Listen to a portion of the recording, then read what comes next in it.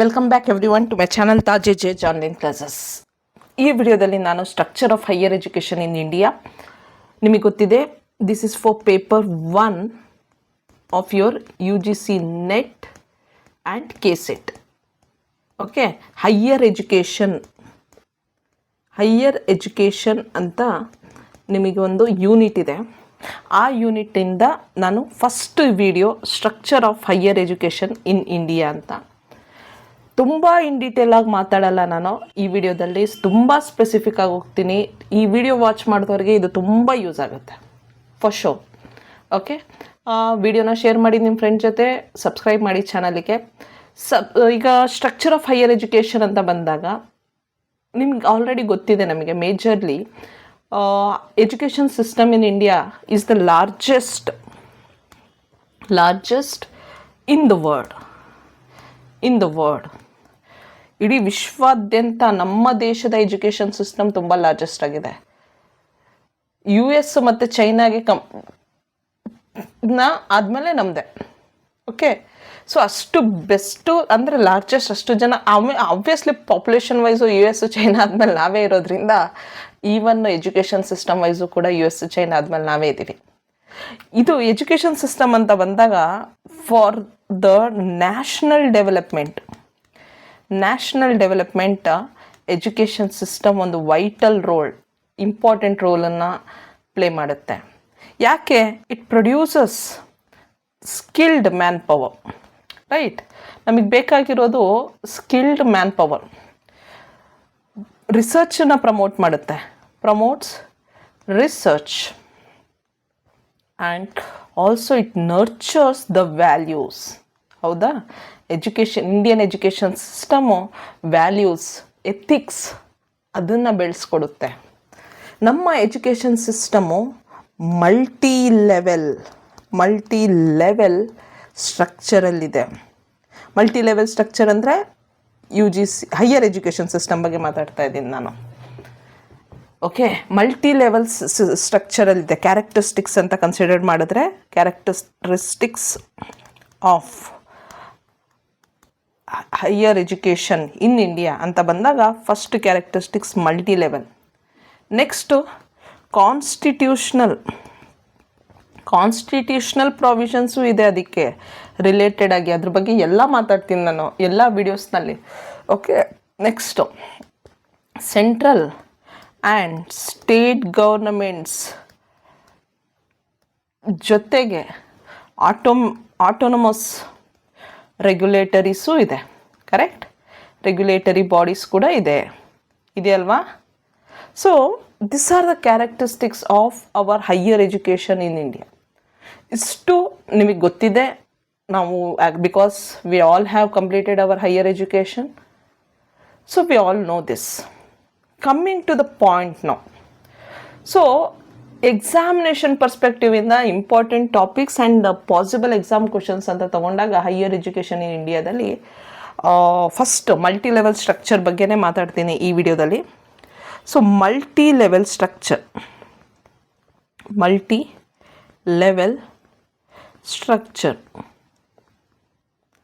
Okay, multi level ಸ್ಟ್ರಕ್ಚರಲ್ಲಿ ಮೊದಲನೇದು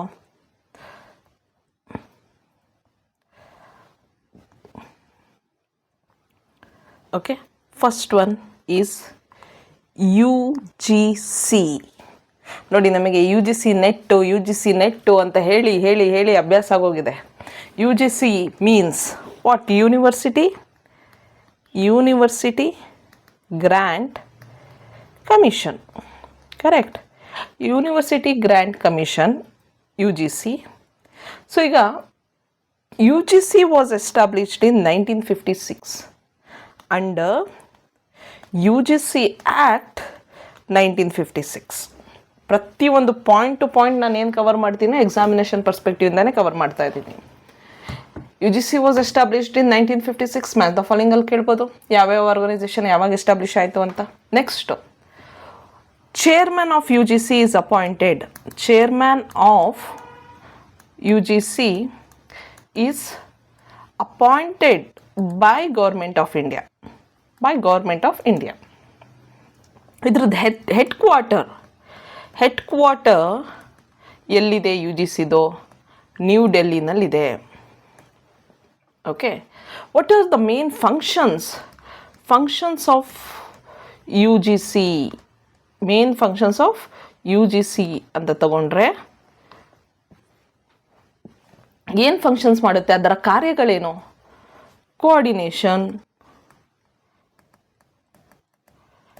determination, maintenance of standards in higher education. Standards in higher education, quality of higher education ಇರಬೇಕು ಅಂತ ಎಲ್ಲದಕ್ಕೂ ಒಂದು ಸ್ಟ್ಯಾಂಡರ್ಡ್ ಫಿಕ್ಸ್ ಮಾಡಿಕೊಡುತ್ತೆ, ಐಡೆಂಟಿಫೈ ಮಾಡುತ್ತೆ ಯಾವ್ಯಾವ ಸ್ಟ್ಯಾಂಡರ್ಡ್ಸ್ ಯಾವ್ದ್ಯಾವ್ದಕ್ಕೆ ಇರಬೇಕು, ಯಾವ ಯಾವ್ದ್ಯಾವುದು ಲೆವೆಲ್ಸಿಗೆ ಯಾವ್ಯಾವ ರೀತಿ ಸ್ಟ್ಯಾಂಡರ್ಡ್ಸ್ ಇರಬೇಕು ಅಂತ. That was the main functions of U G C. ಏನು ಈಗ U G C net exam conduct ಮಾಡುತ್ತಲ್ವ, ನಿಮಗೆ ಗೊತ್ತಿದೆ ನ್ಯಾಷನಲ್ ಟೆಸ್ಟಿಂಗ್ ಏಜೆನ್ಸಿ ಅನ್ನೋದೇನಿದೆ, NTA conducts, national testing agency conducts U G C NET, national eligibility test exam on behalf of U G C ಅಂತ.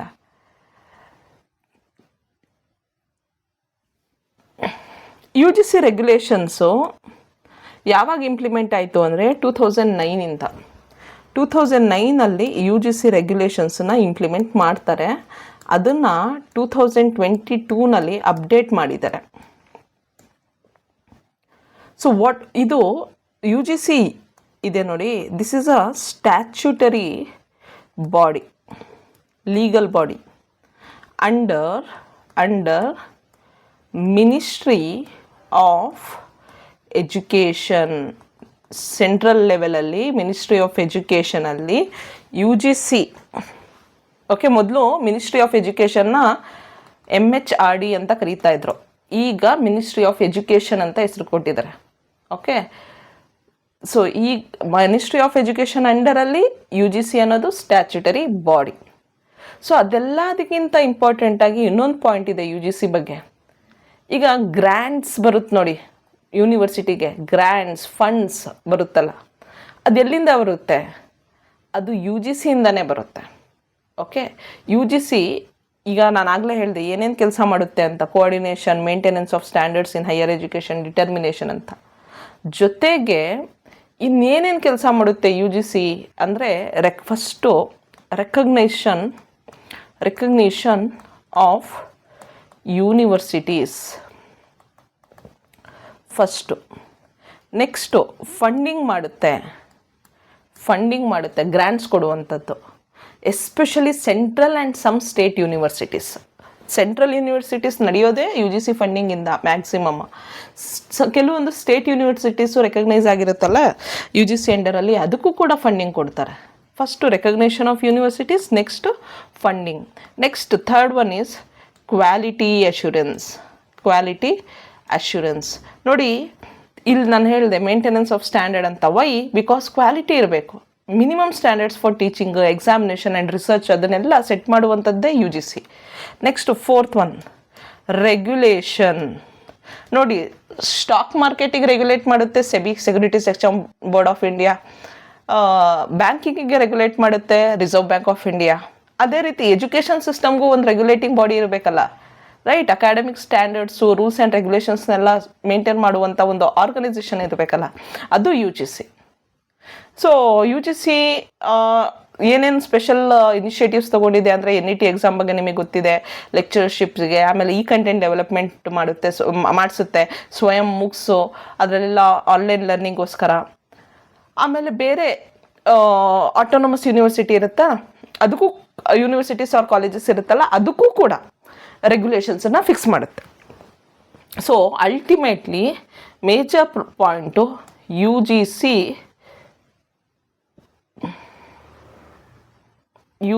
C acts as umbrella body for entire higher education system in India. ಈಗ education ಸಿಸ್ಟಮಲ್ಲಿ ಇಲ್ಲೊಂದು ಬಿಡಿಸ್ಬಿಡ್ತೀನಿ ನಾನೊಂದು, ಇದೊಂದು umbrella ಥರ okay, ಇದೊಂದು umbrella ಥರ. So ಈ umbrella ಒಳಗೆ ಎಲ್ಲ ಫುಲ್ ಎಜುಕೇಷನ್ ನಡೆಯುತ್ತೆ, ಹೈಯರ್ ಎಜುಕೇಷನ್ ಅನ್ನುವಂಥದ್ದು. Okay, so I hope that you have understood about U G C. ಯಾಕಂದರೆ ಯು ಜಿ ಸಿ ಬಗ್ಗೆ ಪ್ರಶ್ನೆಗಳು ತುಂಬ ಕೇಳ್ತಾರೆ. Next second one, all India council for technical education, AICT. Okay, ನೋಡಿ ನಾರ್ಮಲ್ ಡಿಗ್ರಿ ಕಾಲೇಜಸ್ ಇದ್ದರೆ, commerce and management colleges ಎಲ್ಲ ಇದ್ದರೆ NAAC approval ತೊಗೊಳುತ್ತೆ, ಯು ಜಿ ಸಿ ರೆಗ್ಯುಲೇಷನ್ಸಲ್ಲಿ ಅಂಡರಲ್ಲಿ ಕೆಲಸ ಮಾಡುತ್ತೆ. ಸ್ಪೆಷಲ್ ಟೆಕ್ನಿಕಲ್ ಕೋರ್ಸಸ್ ಇರುತ್ತಲ್ಲ, like engineering courses, even MBA is also regulated under. ಅಂದರೆ ಅದನ್ನು ಇದು ಅಂದರೆ ಟೆಕ್ನಿಕಲ್ ಎಜುಕೇಷನ್ಸ್ ಅಂತಲೇ ಕನ್ಸಿಡರ್ ಮಾಡಿದ್ದಾರೆ, ಮ್ಯಾನೇಜ್ಮೆಂಟ್ ರಿಲೇಟೆಡ್. ಯಾಕಂದರೆ ಕೆಲವರು ಸ್ಟೂಡೆಂಟ್ಸು BE.Tech ಎಲ್ಲ ಮಾಡಿ ಸೈನ್ಸ್ ಬ್ಯಾಕ್ಗ್ರೌಂಡಿಂದ ಬಂದು MBA ಮಾಡ್ಕೊಳ್ತಾರೆ. ಓಕೆ, ಅದು ಕೂಡ AICTE ಇತ್ತೀಚೆಗೆ ರೆಗ್ಯುಲೇಟ್ ಮಾಡ್ತಾ ಇದ್ದಾರೆ. So all India council for technical education ಅಂತ ಬಂದಾಗ it is an advisory body. And it became statutory.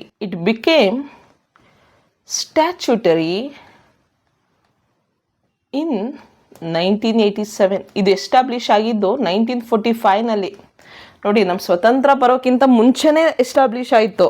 Establish ಆದಾಗ ಇದು ಅಡ್ವೈಸರಿ ಬಾಡಿ ಆಗಿತ್ತು ಹೈಯರ್ ಎಜುಕೇಷನ್ ಸಿಸ್ಟಮಲ್ಲಿ. ಆದರೆ 1987 ಆದ ನಂತರ AICTE ಆ್ಯಕ್ಟ್ ಅಂಡರಲ್ಲಿ ಇದು ಸ್ಟ್ಯಾಚ್ಯುಟರಿ ಬಾಡಿ ಆಯಿತು, UGC ಥರ. ಸ್ಟ್ಯಾಚ್ಯುಟರಿ ಅಂದರೆ ಲೀಗಲ್ ಬಾಡಿ. ಓಕೆ, ಏನು ಕೆಲಸ ಮಾಡುತ್ತೆ ಇದು? What is the purpose?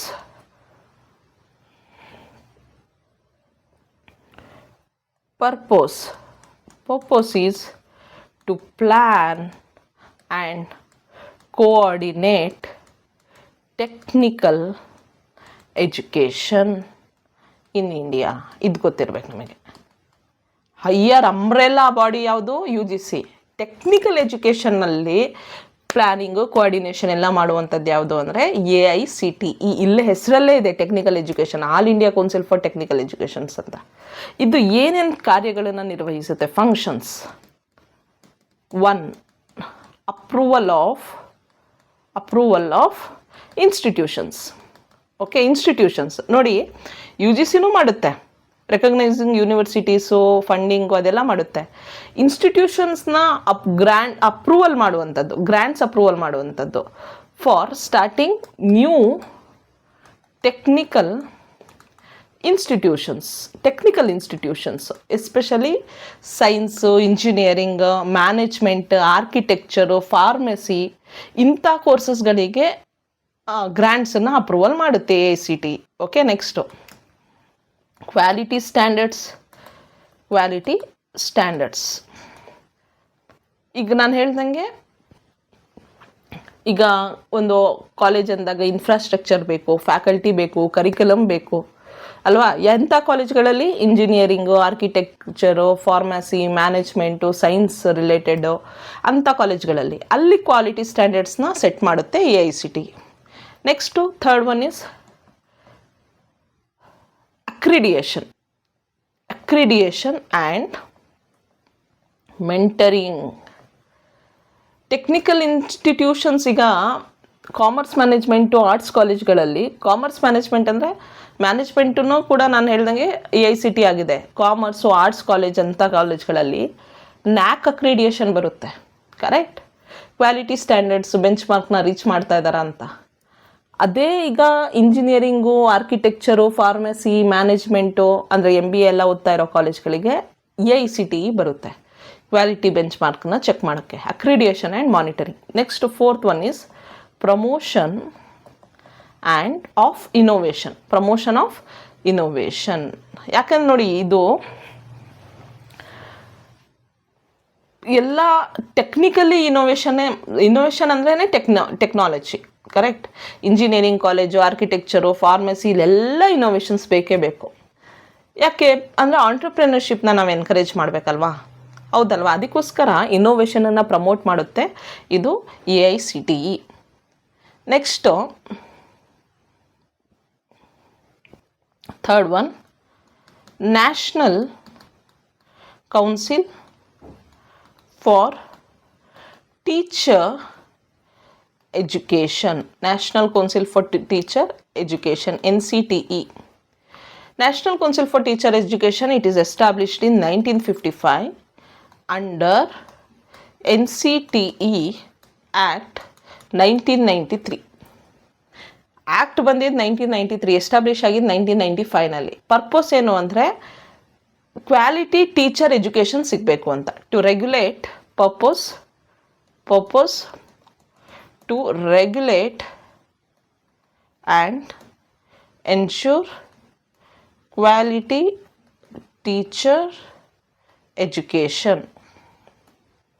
Okay, BEd, MEd, DEd ಮಾಡ್ತಾರಲ್ವಾ, ಕರೆಕ್ಟ್, ಅಥವಾ ಅದರ್ ಟೀಚರ್ ಟ್ರೈನಿಂಗ್ ಪ್ರೋಗ್ರಾಮ್ಸು, ಇದೆಲ್ಲ ರೆಕಗ್ನೈಸೇಷನ್ ಮಾಡುವಂಥದ್ದೇ national council for teacher education, NCTE.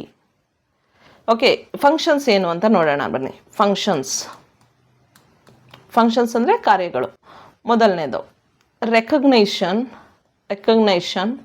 of teacher education institutions. Okay, ಯಾವ್ಯಾವ ಕಾಲೇಜ್ಗಳು ಟೀಚರ್ ಟ್ರೈನಿಂಗ್ ಪ್ರೋಗ್ರಾಮ್ನ ಪ್ರೊವೈಡ್ ಮಾಡುತ್ತೆ ಅಂಥದ್ದು, ಅದೇ ಆಗಲೇ ಹೇಳ್ದಂಗೆ BEd, MEd, DEd ಇದೆಲ್ಲ ಎಜುಕೇಷನ್ ರಿಲೇಟೆಡ್ ಟ್ರೈನಿಂಗ್ಸ್ ಕೊಡುವಂಥದ್ದು ಯಾವ್ದ್ಯಾವ್ದು ಮಾಡುತ್ತೋ ಅಂತಹ ಇನ್ಸ್ಟಿಟ್ಯೂಷನ್ಸ್ನ ರೆಕಗ್ನೈಸೇಷನ್ ಮಾಡುವಂಥದ್ದು national council for teacher education. ಜೊತೆಗೆ ಕರಿಕ್ಯುಲಮ್ ಡೆವಲಪ್ಮೆಂಟ್ ಬಗ್ಗೆ ಕ್ವಶನ್ ಕೇಳಿರ್ತಾರೆ. ಕರಿಕ್ಯುಲಮ್ ಡೆವಲಪ್ಮೆಂಟ್ ಮಾಡುವಂಥದ್ದು ಯಾವುದು ಅಂತ ಫಾರ್ ಟೀಚರ್ ಎಜುಕೇಷನ್ ಕೋರ್ಸಸ್ಗೆ. ಓಕೆ, ಈಗ BEdಗೆ MEdಗೆ ಎಲ್ಲ ಡಿಸೈನ್ ಮಾಡೆಲ್ಸನ್ನೆಲ್ಲ ಪ್ರಿಪೇರ್ ಮಾಡುವಂಥದ್ದು NCTE. ಅಂದರೆ ಇಲ್ಲೇ ಗೊತ್ತಾಗುತ್ತೆ ಟೀಚರ್ ಎಜುಕೇಷನ್ ಅನ್ನೋ ವರ್ಡೇ ಇದೆ ಅಲ್ಲಿ ಅಲ್ವಾ. So next third one, standards for admission and infrastructure. ಈಗ ಎಷ್ಟು ಜನ ಇಂಟೆಕ್ನ ತೊಗೊಳ್ಬೇಕು, ಫ್ಯಾಕಲ್ಟಿ ಕ್ವಾಲಿಫಿಕೇಷನ್ ಏನಿರಬೇಕು, ಫೆಸಿಲಿಟೀಸ್ ಏನಿರಬೇಕು ಒಂದು ಇನ್ಸ್ಟಿಟ್ಯೂಟಲ್ಲಿ, ಅಂದರೆ BEd ಕಾಲೇಜ್ ಅಂತ ಅಂದ್ಕೊಳ್ಳೋಣ, ಆ ಕಾಲೇಜಲ್ಲಿ ಯಾವ ರೀತಿ ಎಷ್ಟು ಜನನ ಅಡ್ಮಿಷನ್ ಮಾಡ್ಕೊಳ್ಬೇಕು, ಫ್ಯಾಕಲ್ಟಿ ಕ್ವಾಲಿಫಿಕೇಷನ್ ಎಷ್ಟಿರಬೇಕು, ಫೆಸಿಲಿಟೀಸ್ ಏನೇನಿರಬೇಕು, ಇದೆಲ್ಲ ಸ್ಟ್ಯಾಂಡರ್ಡ್ಸ್ನ ಸೆಟ್ ಮಾಡುತ್ತೆ. Next fourth one, quality improvement. So ಇದು ರಿಸರ್ಚ್, ಇನೋವೇಷನ್ನು, ಆಮೇಲೆ continuing education for teachers. So ಅಲ್ಲಿಂದ ಏನಾಗುತ್ತೆ ಅಂದರೆ ಕ್ವಾಲಿಟಿ ಆಟೋಮೆಟಿಕ್ಕಾಗಿ ಇಂಪ್ರೂವೈಸೇಷನ್ ಆಗುತ್ತೆ ಅಂತ. ನೆಕ್ಸ್ಟು ಫೋರ್ತ್ ಒನ್, ನ್ಯಾಕ್ ಅಂತೂ most important. National assessment and accreditation council. Full form ಗೊತ್ತಿರಬೇಕು. ಯಾವಾಗ ಎಸ್ಟಾಬ್ಲಿಷ್ ಆಯಿತು? 1994 ಬೈ UGC. ಎಲ್ಲಿದೆ ಇದು? Important, most important. ಯಾಕೆ ಅಂದರೆ ಇದರ ಮೇನ್ ಬ್ರ್ಯಾಂಚು ಬೆಂಗಳೂರಿನಲ್ಲಿದೆ. ಯಾಕಂದರೆ ಇದು ಕರ್ನಾಟಕಕ್ಕೆ ರಿಲೇಟೆಡ್ ಆಗಿರೋದ್ರಿಂದ ಕರ್ನಾಟಕ KCET ಎಕ್ಸಾಮಿನೇಷನಲ್ಲಿ ಇದ್ರ ಬಗ್ಗೆ ಕೇಳುವಂಥ ಚಾನ್ಸಸ್ ಜಾಸ್ತಿ ಇರುತ್ತೆ. Next purpose. ಇದ್ರದ್ದು ಹೆಡ್ ಕ್ವಾರ್ಟರ್ ಬೆಂಗಳೂರು ಆಯಿತು. Purpose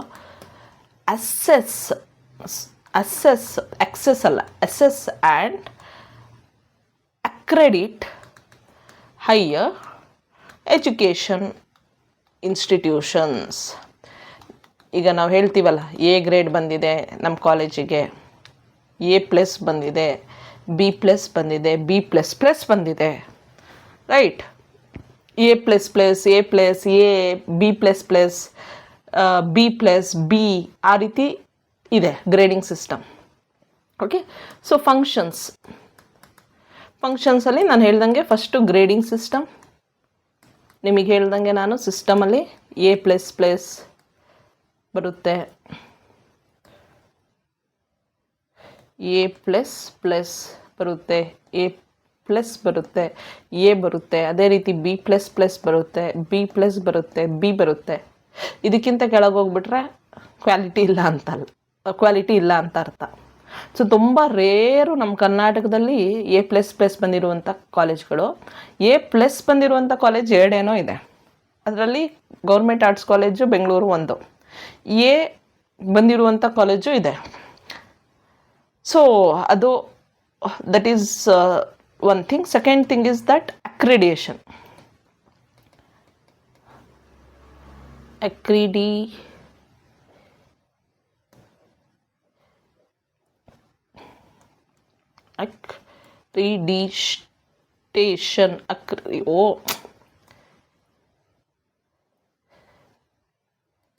accreditation. ಸೊ ಇಲ್ಲೇನಾಗುತ್ತೆ ಅಂದರೆ ಇನ್ಸ್ಟಿಟ್ಯೂಷನ್ಸನ್ನ ಕೆಲವೊಂದು ಪ್ಯಾರಾಮೀಟರ್ಸ್ ಬೇಸಿಸ್ ಮೇಲೆ ಇವ್ಯಾಲ್ಯೂಯೇಟ್ ಮಾಡ್ತಾರೆ.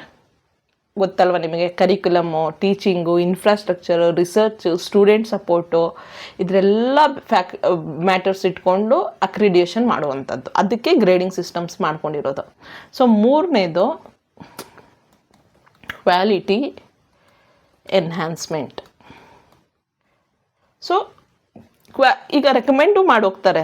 ನಿಮಗೆ ಗೊತ್ತಿರುತ್ತೆ, ಯಾರಾದರೂ ಒಂದು ಕಾಲೇಜಲ್ಲಿ ನ್ಯಾಕ್ ಟೈಮಲ್ಲಿ ಕೆಲಸ ಮಾಡಿದರೆ ಗೊತ್ತಿರುತ್ತೆ. ಅವ್ರು ಬರ್ತಾರೆ, ವೆರಿಫಿಕೇಷನ್ಸ್ ಎಲ್ಲ ಮಾಡ್ತಾರೆ, ಅಕ್ರಿಡಿಯೇಷನ್ಸ್ ಮಾಡ್ತಾರೆ, ಗ್ರೇಡಿಂಗ್ ಕೊಡ್ತಾರೆ. ಅದಾದ ನಂತರ ಕ್ವಾಲಿಟಿ ಬಗ್ಗೆ ಫೀಡ್ಬ್ಯಾಕ್ ಕೊಡ್ತಾರೆ, ನಮಗೆ ರೆಕಮೆಂಡೇಷನ್ಸ್ ಕೊಡ್ತಾರೆ, ಯಾವ ರೀತಿ ನಾವು ಇಂಪ್ರೂವ್ ಮಾಡ್ಕೊಳ್ಬೋದು ನಮ್ಮ ಇನ್ಸ್ಟಿಟ್ಯೂಷನ್ ಅಂತ.